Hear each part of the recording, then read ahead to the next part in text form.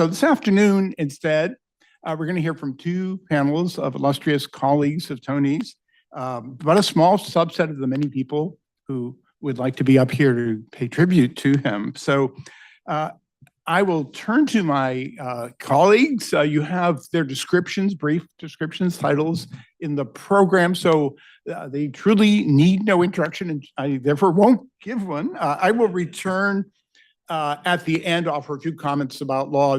Just their presence and those of colleagues in the next panel are evidence of the kind of breadth of Tony intellectually and in terms of friendship. So turn to Yuhua next. Thank you so much, Bill. Thank you, Arkan. Thank you all. It's a great honor to be here. My name is Yuhua Wang. I'm a faculty member in the government department. Tony and I share this interest in studying Chinese politics. Today, I feel bittersweet because I think Tony is now supposed to retire. In 2017, Tony wrote a piece called "What Does General Secretary Xi Jinping Dream About?" I think it follows that Tony should not be allowed to retire before Xi Jinping retires. So Arkan and everybody in the Kennedy School, I would like to take this opportunity to formally endorse abolishing term limits at the Kennedy School at Harvard University. My connection with Tony started long before I came to Harvard. Before 2003 and 2006, I worked as a research assistant at RCCC, the Research Center for Contemporary China at Peking University under Professor Shen Mingming. Professor Shen had come back to Beida after a PhD at Michigan, and his dream was to build a Chinese version of Michigan's Institute for Social Research, the ISR. He wanted a service center in Beijing that could, year after year, ask ordinary Chinese people what was on their mind. This was not an easy thing to do in the mid-1990s in China. In 1994, the Beijing municipal government funded the first wave of the Beijing area study. Professor Shen's team went into the field, did the work, and came back with the results. One of the findings was that 90% of Beijing residents approved of the municipal government. And you would think the mayor would be pleased. He was not. Bothered by the 10%, he reportedly told Professor Shen, "I approved your survey, but I did not approve your results." And beyond politics, there was also a methodological problem. In Chinese social science in the 1990s, survey research was not yet respectable. A center built around probability samples had to prove every year that it deserved to exist. What kept that center alive, and this is not something that I knew until much later, was that from 1994 to 1999, Tony was the resident representative of the Ford Foundation in Beijing, and Ford was one of the RCCC's key early founders. Out of that support, RCCC grew into one of the country's most important empirical platforms for research on Chinese politics and society. It ran the Chinese waves of the World Value Survey, the China Survey, our colleague in the sociology, Marty White's survey on perceived inequality, and Beijing area study, feeding thermometer questions on foreign questions that my colleague in Johnston has designed over the years to track Chinese public attitudes toward the United States, Japan, and in many other countries for 3 decades. Every time I see a paper using any of those data sets, I'm looking at the downstream consequence of a decision Tony made in the Ford Foundation office in Beijing 30 years ago. On a more selfish note, my experience at RCCC also helped me get into the PhD program at Michigan. And since the Harvard government department seemed to hire its China specialist exclusively out of Michigan, me standing here today is also in its own way a downstream consequence of Tony's decision 30 years ago. I want to underline how counterintuitive Tony's decision was. Ford is American. The data it funded could have been politically inconvenient for the Chinese government, as the Beijing mayor's reaction made clear. Very few program officers in Tony's position would have bet on that kind of a center. Tony did, because he understood that the question of how ordinary Chinese citizens feel about their government was worth asking seriously and repeatedly over time. Of course, read through the lens of contemporary Chinese state media, all of this is clear evidence that the Ford Foundation, under Tony's leadership, was operating as a foreign black hand, 境外黑手, scheming to trigger a color revolution and overthrow the Chinese Communist Party. For years, I dismissed that charge as pure propaganda, but today, looking at Tony's career, I'm convinced. I remain in awe of Tony's career. His dissertation turned into his first book, China's Science Policy in the 80s, published in 1989, studied the civilian science and technology sector and the institutions behind it, a topic that has only become more important in our current era of great power competition. Meanwhile, the historian in Tony was reconstructing the pre-1949 origins of the CCP from Cominter archives. Out of that came some of my favorite books on party history, including Revolutionary Discourse in Mao's Republic, co-authored with David Apter in 1994, and the massive 1,431-page documentary history, The Rise to Power of the Chinese Communist Party, published in 1996. In recent years, people in our field sometimes ask why I have spent the last decade writing about imperial China instead of contemporary China. And the uncharitable answer is that I retreated to the past when the present become too politically sensitive and logistically difficult to study. If that is true, Tony is my role model. After 1989, something happened in that year, people might know. When studying contemporary China became difficult, he returned to party history. But Tony was far braver than I was. He retreated 100 years. I retreated 2,000 years. This brings me to the panel's question, the CCP today and tomorrow. Tony's own answer at this stage of his thinking rests on survey data. Specifically, the Edge Center survey that he has run with Ed and Jesse since 2003. The 2019 China quarterly paper is called To Serve the People, which itself is a small joke. The title is a CCP slogan, and Tony used it to document the quantitative fact that citizen satisfaction with the Chinese Communist Party rose across the board between 2003 and 2016, fastest among low-income and inland respondents. The 2020 policy brief extends this funding. Tony's diagnosis explains both why the regime has been resilient and why it may become fragile. From the 2020 brief, Tony and his collaborators argue, quote, while the CCP is seemingly under no imminent threat of popular upheaval, it cannot take the support of its people for granted, unquote. And 2 paragraphs later, they argue citizens who have grown accustomed to increases in living standards will expect such improvements to continue. And the citizens who praise government officials for effective policies may indeed blame them when such policy failures affect them or their family members directly, unquote. Tony wrote this in 2020, before 3 years of zero COVID and before the economic slowdown of the last few years. Right today, it looks less like analysis and more like prophecy. Resilience is real, but the same mechanism that produces resilience in good times will produce trouble when performance slips. Pundits and China watchers often struggle to predict China's future. I've come to believe that history is the best place to look for answers, and no one illustrates this better than Tony. While many scholars and journalists were caught off guard by Xi Jinping's recent crackdown on tech companies and private wealth, Tony saw it coming. In his chapter on China's new rich in the China Questions edited by Jennifer Rudolph and Michael Sony in 2018, Tony writes, quote, given its origins, the Communist Party has always been suspicious of private wealth, unquote. That sentence does a lot of work. It tells you Tony reads the party today through the party's pre-1949 history. The history he spent the 1980s in Leiden archives reconstructing. It is a tradition that younger China scholars, myself included, have not always kept up with. Let me close on the arc, because Tony's career is unusually diagnostic of the field. He arrived in Beijing as a British exchange student in 1977. You probably see the photo of Tony in Tiananmen Square when you came in. 76. 76. Oh, 76. Oh, that's why I saw the Red Guards on the Tiananmen Square. So the year when Mao died, when China barely opened, in the 1990s, he ran the Ford Foundation's China office while civil society, philosophy, and social science were being built. In the 2000s, at the Kennedy School, he ran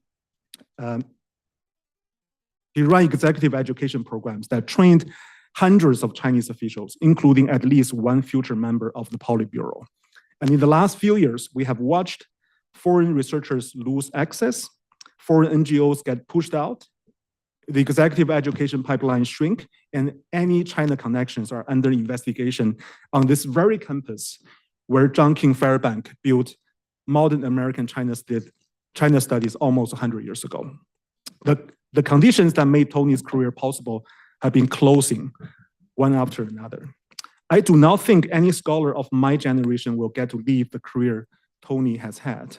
I do not think any scholar of any future generation would expect to. What Tony represents, deep archival training, fluency in the ground level operation of the Chinese state, and the institutional patience to build survey data across 20 years is something the field has been losing faster than it has been replacing, which is why we are all here in this room today. Tony, on behalf of everyone whose dissertation cites data that exists because of a decision you made 30 years ago in Beijing office, thank you. And on behalf of those of us who are only beginning to appreciate how much history can teach us about China today, thank you. And since you still cannot retire until Xi Jinping does, I will see you next semester. Thank you.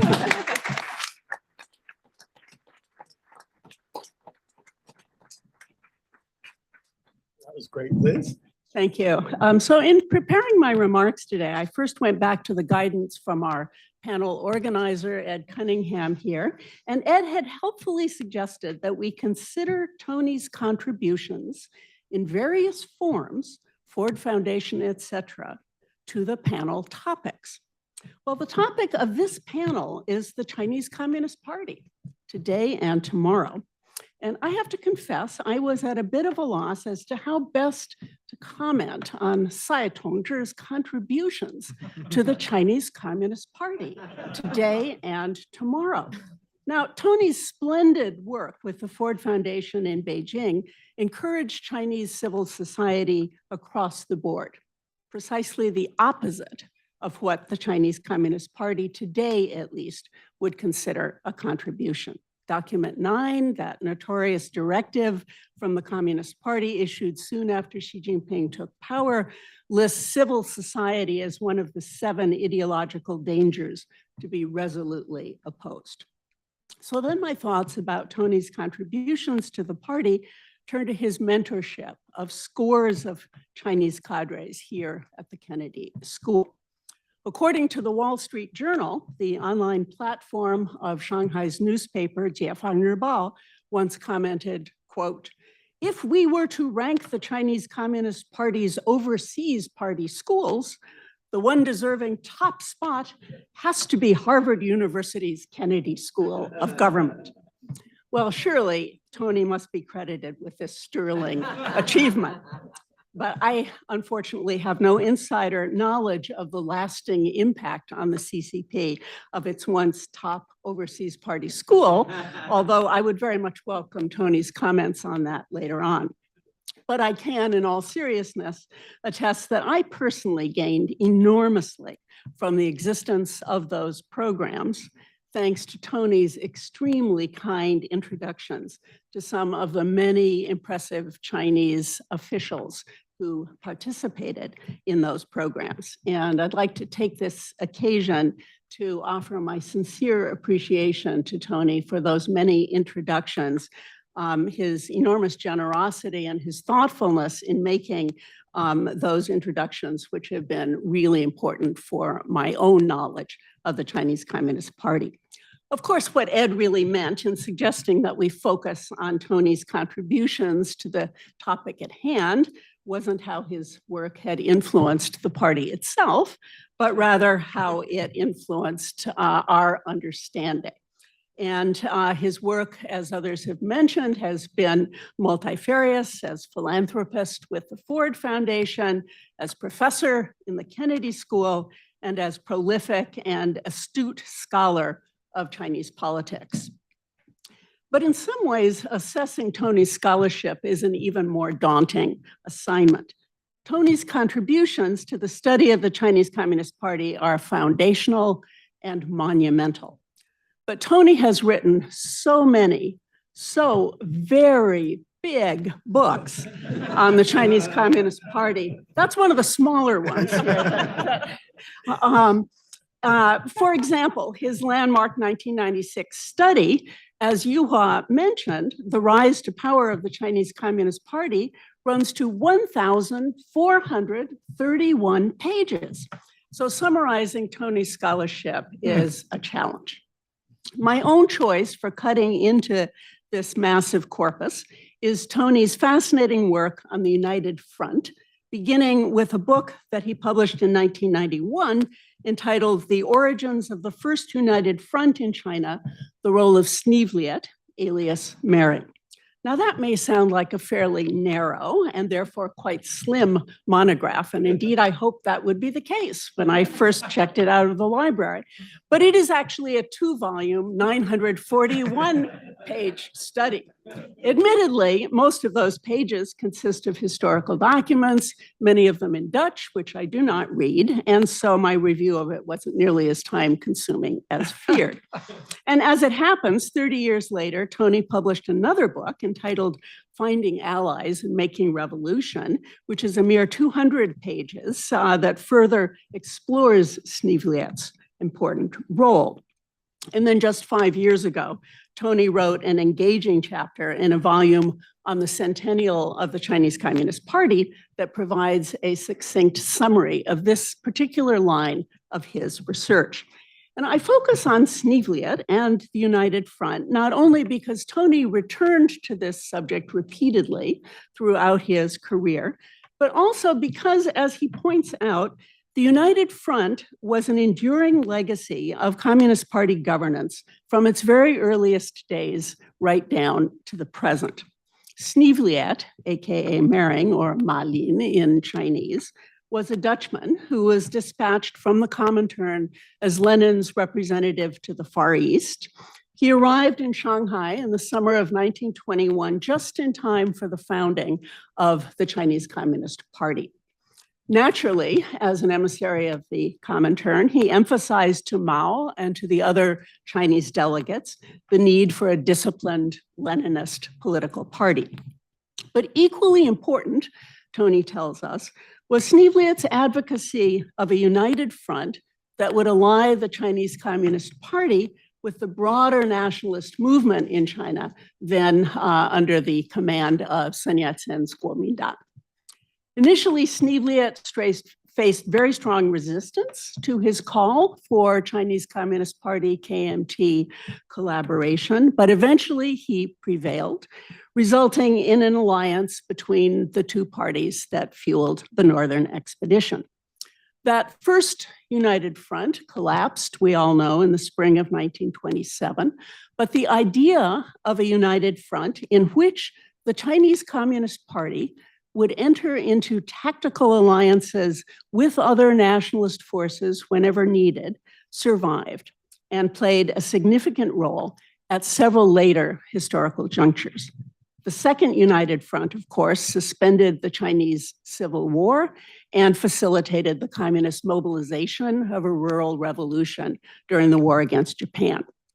Now, historians like Lyman Van Slyke and others had explored the role of the United Front in the CCP's rise to power, but Tony, I believe, was the first foreign scholar to fully appreciate the critical importance of the United Front as a governance tool of the party after the establishment of the PRC. In late 1949, soon after the establishment of the People's Republic, the Communist Party revived the United Front to invite entrepreneurs and intellectuals and members of other political parties to help rebuild China's war-torn economy. These groups were soon attacked in a series of harsh campaigns that would end only with Mao's death. But the United Front was resurrected yet again in 1978 to attract engineers and other professionals to the post-Mao project of reform and open. Tony observes in his most recent tome, this 542-page survey of the 100 years of the Communist Party, averaging only 5 pages per year.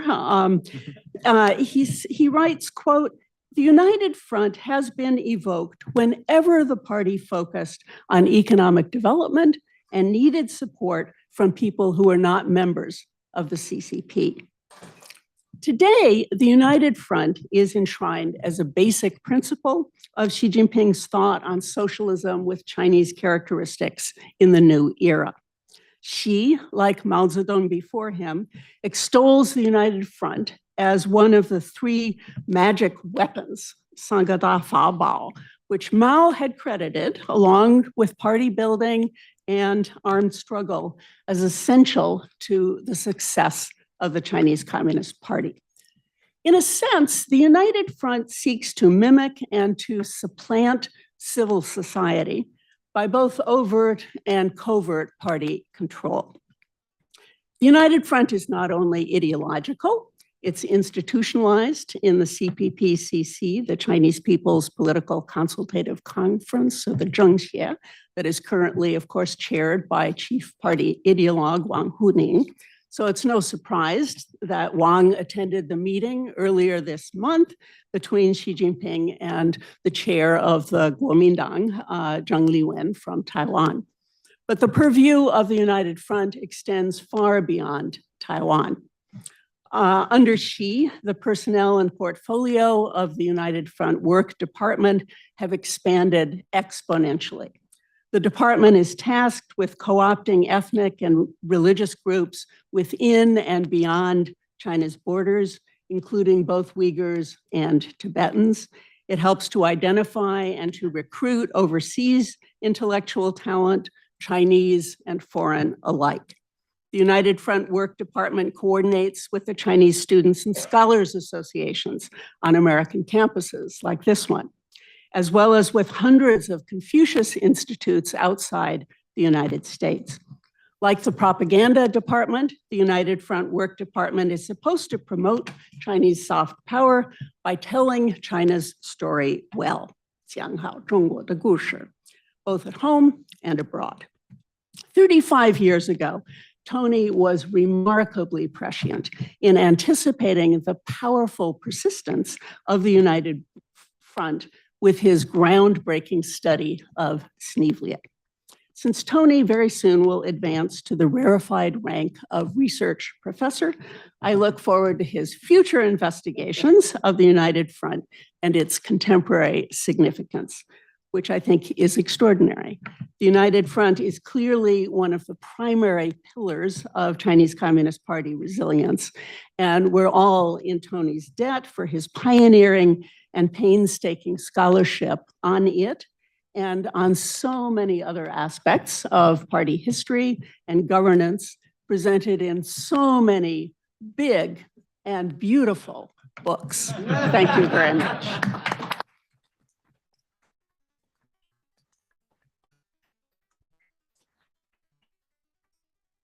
Thank you indeed, Arkan and Ed, for gathering us here to celebrate Tony, who very much deserves it, and for inviting me to be a part of this panel. Like you, Hua, I'm one of the younger members of the community, but I can certainly attest to Tony's influence over a long period of time. I started studying Chinese politics in the government department in 2004, where I was until 2011. The people who trained me bear no responsibility for what I'm about to say. But it was an interesting moment in the Harvard government department. And I remember entering the program in a moment where political science in general was turning very formal toward experimentation, as well as formal models, large-scale statistics. And here I had chosen to come to Harvard mostly because of the Yenjing Library, the Feng Library, and these scholars who, when I was on the fence deciding between Chinese history and political science, seemed to straddle both. during those times in the kind of 2004 to 2011 period that I was in the Harvard Government Department, I was very fortunate to be surrounded by many great scholars of Chinese history and Chinese politics.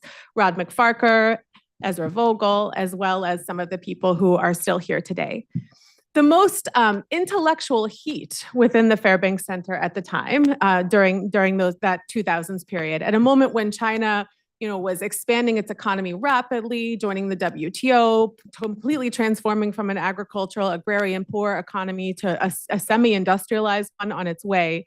The most heated debates were really about CCP history, where people were having these huge seminars over recent publications, biographies of Mao, debating slight incidents in the 50s and 60s about which we were required to read hundreds of pages in both Chinese as well as in English to understand some of these things. And I remember one of my contemporary graduate students turning to me saying, with everything that is happening with China in the world, why are these people so obsessed with the minutia of CCP history?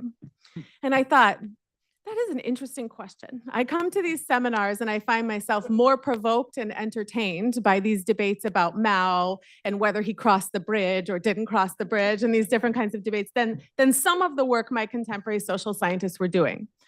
And so as part of this, I decided to read deeply about that CCP history, which brought me to how many pages was it, Liz? 1,300, right. And after tackling the first volume, I decided this is what serious scholars really do. They go back to the deep history of the CCP and understand the internal plumbing of the party itself and how it works. I also decided I could not, in fact, be a serious scholar. That's what was required of doing these kinds of things. Because what I really wanted to do was understand how the party works now. And of course, I learned in time that you had to go back and understand how it works then, which brought me again to Tony's work, someone who did both of those things, all of the things methodologically, funding the survey kind of research and doing the survey research that Yuhua was describing, but also the deep historical archival government documents, finding all of the obscure truths, right, of how the CCP developed over time. So when we think about what has Tony contributed to the study of the CCP, what is it today and tomorrow, then today and tomorrow, I'd like to talk about 5 things that I think we've learned from Tony's work, his body of work over the years, of which I've only carried just one of the gigantic books because I'm going to read from the very last paragraph at the end. The first is that the improbable survival of the Chinese Communist Party deserves serious explanation and on its own terms. So as I said, when I entered graduate work in 2004, the dominant explanation for the survival of the CCP and the fact that it was a fundamentally, it seemed politically stable authoritarian regime was its institutionalization. And with no knock to Andy Nathan and certain proponents of these kinds of ideas, the dominant paradigm, especially within political science and within economics, was in fact, it was the regularized and institutionalized incentives that allowed the party to both govern and maintain its monopoly on political power. This is the survival, of course, the animating question of this gigantic book, although not as gigantic as previous books that I'm holding here. From Rebel to Ruler, which is a party that was nearly exterminated in 1927, then survived the Long March, the Japanese invasion, a civil war, outlasted the Soviet Union and every other major communist party. But Tony did not treat this survival as inevitable in retrospect or a function of just its political hierarchy and decentralized governance, as was sort of the fashion of the time. Instead, his work, not only here, but his previous work, joins, I think, a subtle and nuanced reading of how the CCP actually works, which is really focused on its own adaptability and flexibility rather than its institutionalization that would be kind of a welcome set of ideas for people who contemporarily think only democracies are self-renewing and only institutionalized polities can actually function. But a nuanced reading really points to the second thing that we've learned from Tony, which is that the flexibility of the CCP is its greatest resource. Governance and Politics of China is now in its 4th edition, and he built this argument systematically across the institutions of the post-Mao state, but linking them, right, to the revolution itself and the years that came before it.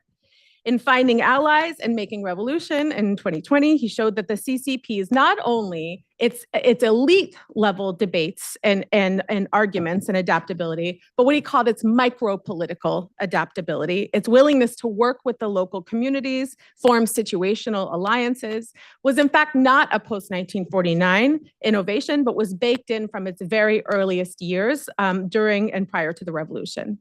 Flexibility for the CCP is part of the party's DNA and something that we have to understand the different episodes in which it developed those practices and habits over time to understand what it's doing now. The third thing that we've learned from Tony, among many, is that history is not just context for what happens in the CCP, but it's itself a political weapon. We've learned more about that in recent years, partly as a result of Tony's work, including and from Rebel to Ruler, than we've known for a long time. But the thread runs through the history of Tony's work, which has analyzed everything from how the Yan'an rectification campaigns used language and historical narrative as instruments of political consolidation, all the way through this book, where Tony is showing that the Xi Jinping's 2021 historical resolution continued the same tradition of rewriting the past to legitimate the present. He gave us the tools to see historiography as a governing technology and not just background for what the CCP has done. But in doing that, also shows how difficult it is to do this work.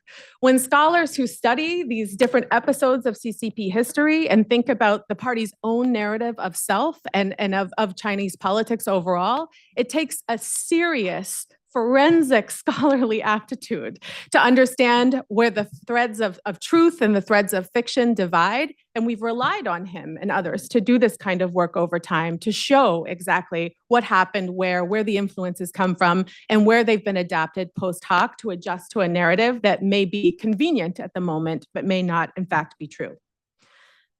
The fourth thing I've learned from Tony is that to understand China, and this is very personal for me, you have to get very local.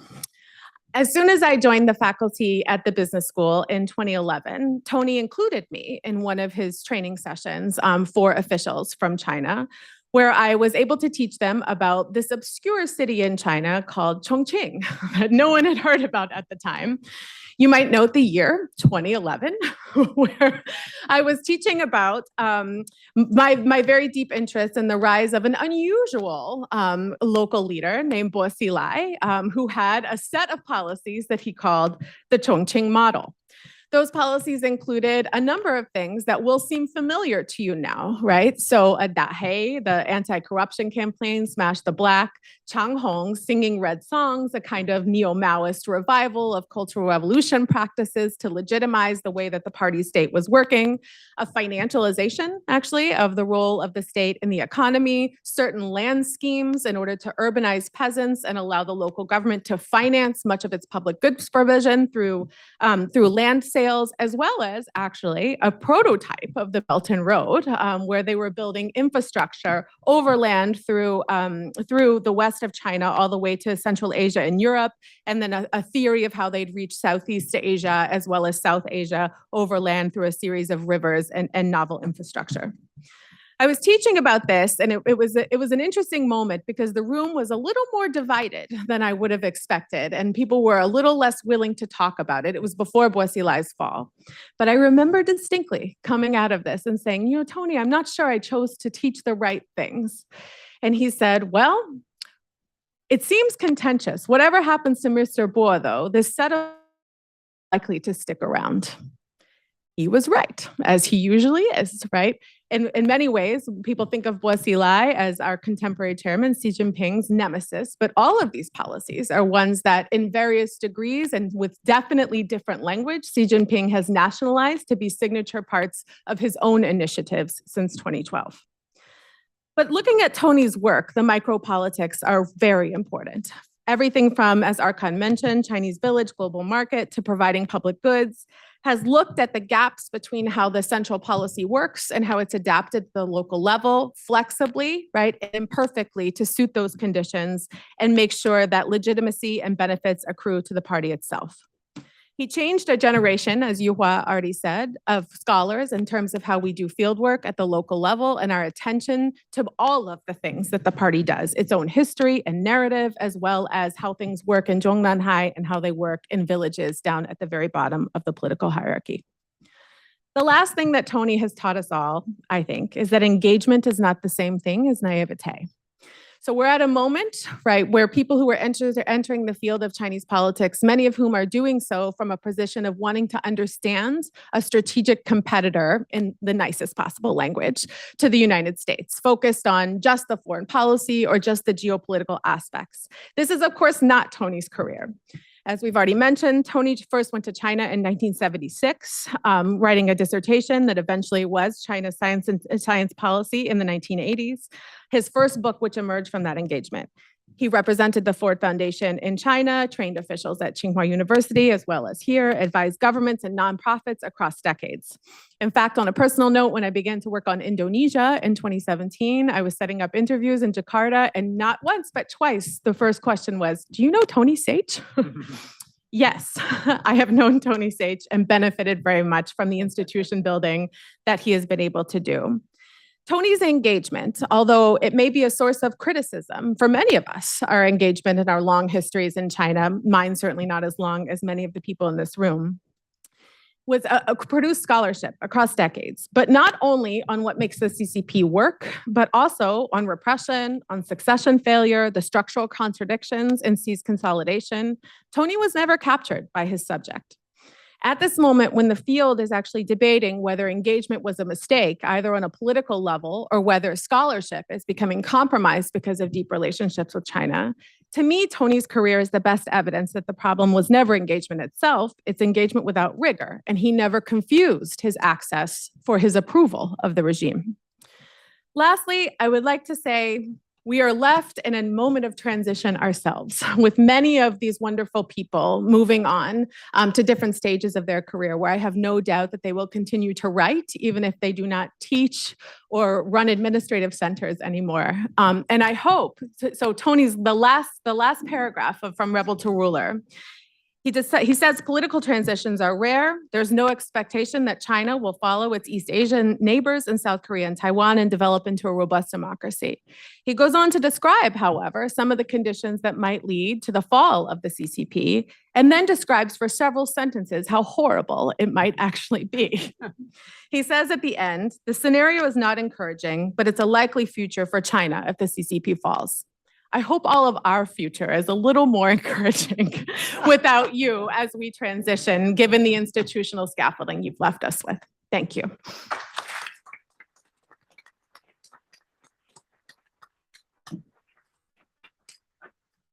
Thank you. Thank you. That was great. So Tony's scholarship and advice and mentorship has this wonderful, masterful, artful quality about it. He carves out a superbly insightful space between work that is too general and painting China in too homogeneous set of terms, and on the other hand, very granular work that does not always see how particular issues that are studied fit into or explained by or influence the larger picture. He's got the right sort of middle space there.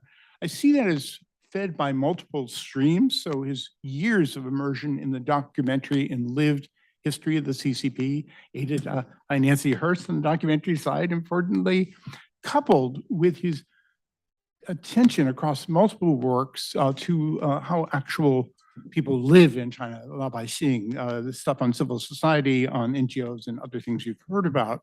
And that has enabled him to point out what is enduring, what is the subject of contention. I mean, one of the many pearls of wisdom in that 542-page book is that disputes that in other more liberal societies might spread out among multiple parties, multiple institutions are all cabined within a single party, of course, in China. It's also enabled him to see ways in which the party state both wants to tap and learns from popular opinion and yet endeavors to cabinet. I see all this also, though, very much shaped Tony's wisdom by those years leading the Ford Foundation in Beijing in the late 90s. Building on the accomplishments of Peter Geithner and John Hecht and Mark Seidel, and with the able assistance of Phyllis Zhang, Tony it seems to me, quickly sensed the moment of opportunity created by Deng Xiaoping's southern tour in 1992 to Shenzhen. And he used that to provide forward support to some of the most consequential actors in Chinese legal history in the last really 75 years. People as varied as Xin Chunying, who later and now is the head of the Constitution and Law Committee of the National People's Congress, Guo Jianmei, pioneering women's rights lawyer, and it took courage to support people like her. Fang Liufang, later founding dean of the EU-China Law School. Hui Fang, outspoken, brave critic of the regime at Beijing University. And he enabled them and many, many others to delve into approaches to law in the larger world, in the world outside of China. But he never did this buying into the easy, really lazy assumptions about ultimate convergence, that China was going to converge to some ideal of what we think our legal system is here. He always, with his rich, rich understanding of China and his detachment, understood one could create this greater spectrum of ideas without, again, falling into an idea of convergence. So where are we now about the party and law? Ed has said we should feel free to comment about the state of our fields. Tony did not write much about law, but the wisdom that permeates all the works we've just heard about clearly informs how I think about law in China. Although being a good lawyer, I have to give the caveat, Tony bears no responsibility for anything I may say, libelous or otherwise. Now, as I wrote around the time that Tony was stepping down from Ford and coming to Harvard, late 90s, China then, and even more so now, is engaged really on the largest single project of legal development in the history of the human race. There's absolutely no question about that. Leaping ahead to today, just to give one concrete example, China now has more than 900,000 lawyers. In absolute numbers, third only to India and the United States. And at the rate people are passing the bar exam in China, it will within this decade likely surpass the US in terms of numbers of lawyers. Comparable points could be made about many other things, law schools, sophistication in law drafting, another area that Tony helped in, or these days use of AI in judicial proceedings and much, much more. But this was not intended by the party state to lead to convergence, nor has it. The bet of the party state has been to develop its legal system and foster more professionalism within it, but very much to address, as Tony's work more broadly suggests, to address the needs of an increasingly complex China and China's engagement with the larger world, but throughout all this, always to retain some measure of, as he points out in governance and politics in China, measure of oversight, control, cabining this new system it's created. So trying to have it both ways, more professionalism, but not too much out on its own. And we heard echoes of this in some of the previous comments, work that Ken Winston, who's here to honor Tony, and Bill Kirby and I wrote about also in our book on professionalism in China. We see this in law very explicitly in a number of ways, in the growing emphasis on what's termed Xi Jinping legal thought, and with that, particular focus on the so-called Feng Shao experience, that is the effort to nip disputes in the bud before they become disputes, and then steer those that do become disputes into channels other than formal legality. Again, if you're thinking of Tony's work and how informed it is about history and life in rural China, you would not be in the least surprised by any of this. We see it explicitly, the parties bargain about law, in the 2018 incorporation of the party into the very first article of the Constitution. Not that the Constitution was independent of the party before, but making it much more explicit.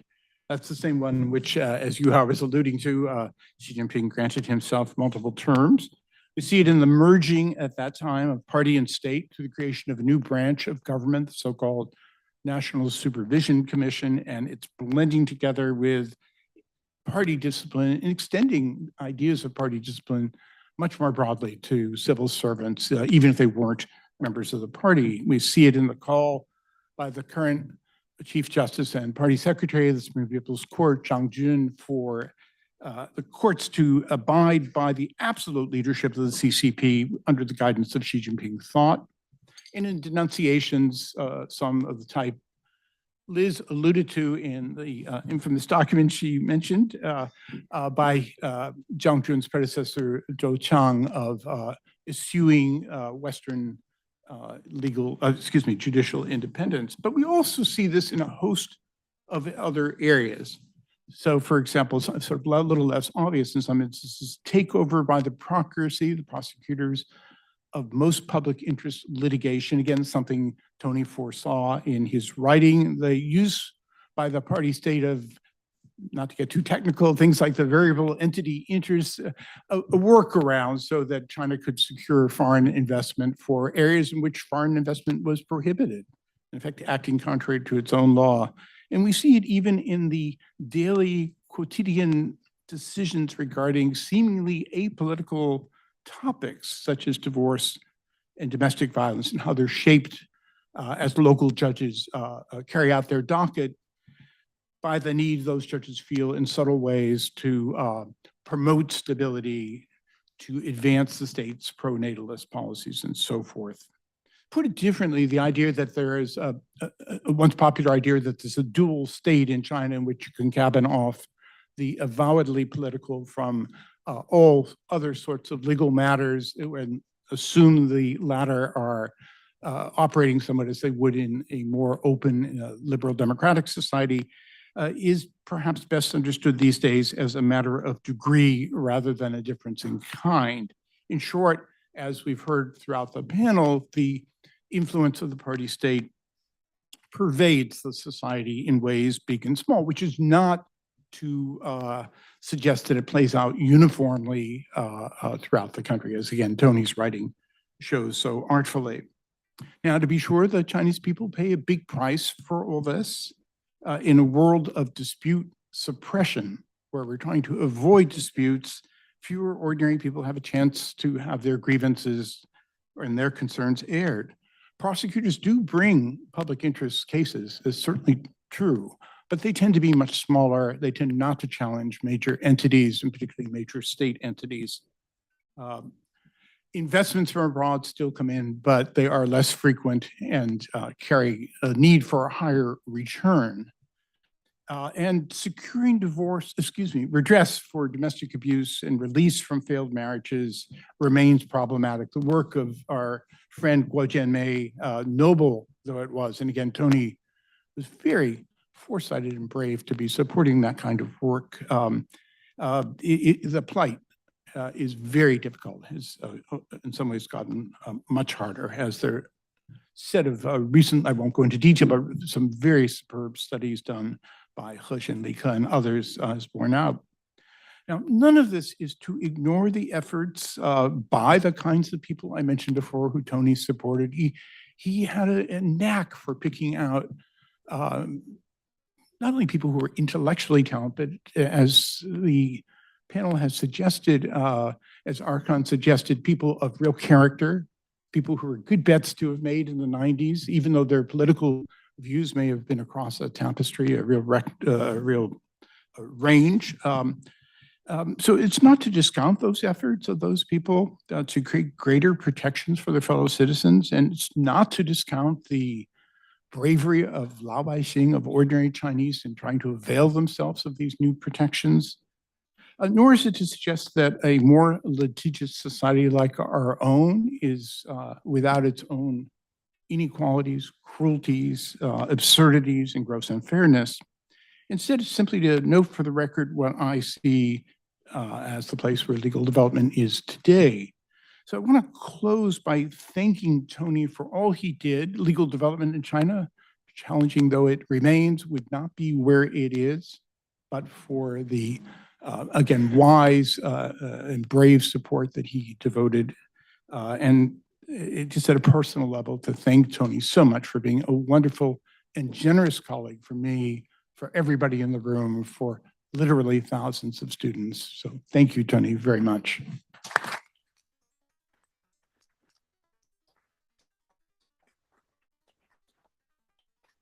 Yeah, sure. If we have time for questions.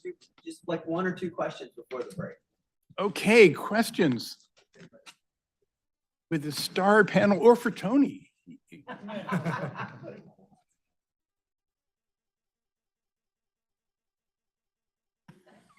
I see. That's what, that's what the historians will see. Though. I'd like to invite you to comment on.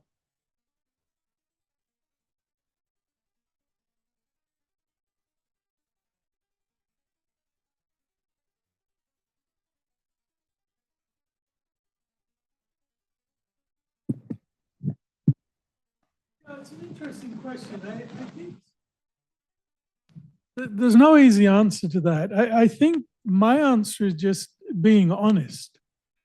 And engaging with Chinese institutions and colleagues, I never try to pretend to be something that I wasn't. And very early on, I remember actually, way back in the 80s, when I was still in Leiden, a colleague of mine who worked in Indonesia said, "How do you get away with it?" I said, "What do you mean?" They said, "Well, if I wrote anything like that about Indonesia, I would just not be allowed back in the country again." And I don't know. I think I'm not popular with everybody there, but I think if you're sort of honest and straight with people, I think that's the kind of way you try and sort of weave your way through. And I think ultimately, I think it gains you respect. I mean, I know some people who, I'm not going to name any names, but, Chinese colleagues will sort of say, "Well, I just don't trust that person." Because they kind of say what they think you want to hear just to get the information that they want or to get by and so on. So I don't, to be honest, have an answer to your question, but I think that is it. And it was the same when I was at Ford Foundation. I would get warned, to get told, don't do this, don't do that. And yeah, you do kind of cut and tack a little bit, obviously, because it was more they didn't want to get the people who were funding arrested than for myself. But I think that's the only way I could answer that, Arthur.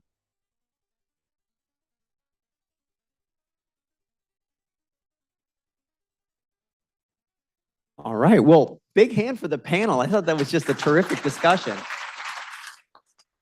All right. So we'll have about a 10-minute break, and then people should come back here by 4:30 for the next panel, which will be on the CCP and the world. Thanks, Arthur.